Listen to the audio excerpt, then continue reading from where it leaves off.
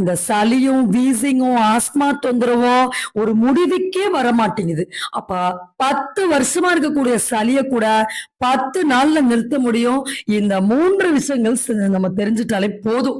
நிறைய பேர் என்ன பண்றாங்க, ஒரு மருந்து சாப்பிட்டு சளி குறையல, ஒரு யோகா மட்டும் பண்ணிட்டு சளி குறையல அப்படின்றாங்க. அப்ப நம்ம உடல்ல என்பது ஒரு கனெக்டிவிட்டியில ஒர்க் ஆயிட்டு இருக்கு. சோ கோர்வையா சில விஷயங்களை சேர்த்து பண்ணும்போதுதான் நுரையீரல இருக்கக்கூடிய ஸ்டாக்னன்டான சளி கழிவுகள், நெஞ்சு சளின்னு சொல்லக்கூடிய அந்த சளி கரைந்து வெளியே போனாதான் காஃப் கண்ட்ரோல் ஆகும், வீசிங் கண்ட்ரோல் ஆகும், பிரீத்திங் டிஃபிகல்டி கண்ட்ரோல் ஆகும், ஆஸ்மா நமக்கு கண்ட்ரோல் ஆகும். சரி, இந்த கோல்டு ப்ராப்ளம் வீட்டில் இந்த மாதிரி ஸ்டாப் பண்ணக்கூடிய ஒரு யோகாஸ், ஒரு 3 யோகாஸ் பத்தி ஃபர்ஸ்ட் பார்க்கலாம். ஆனா இந்த 3 யோகாஸ் நீங்க பண்றதுக்கு முன்னாடி ஒரு 10 நாள் டயட் ஃபாலோ பண்ணணும்.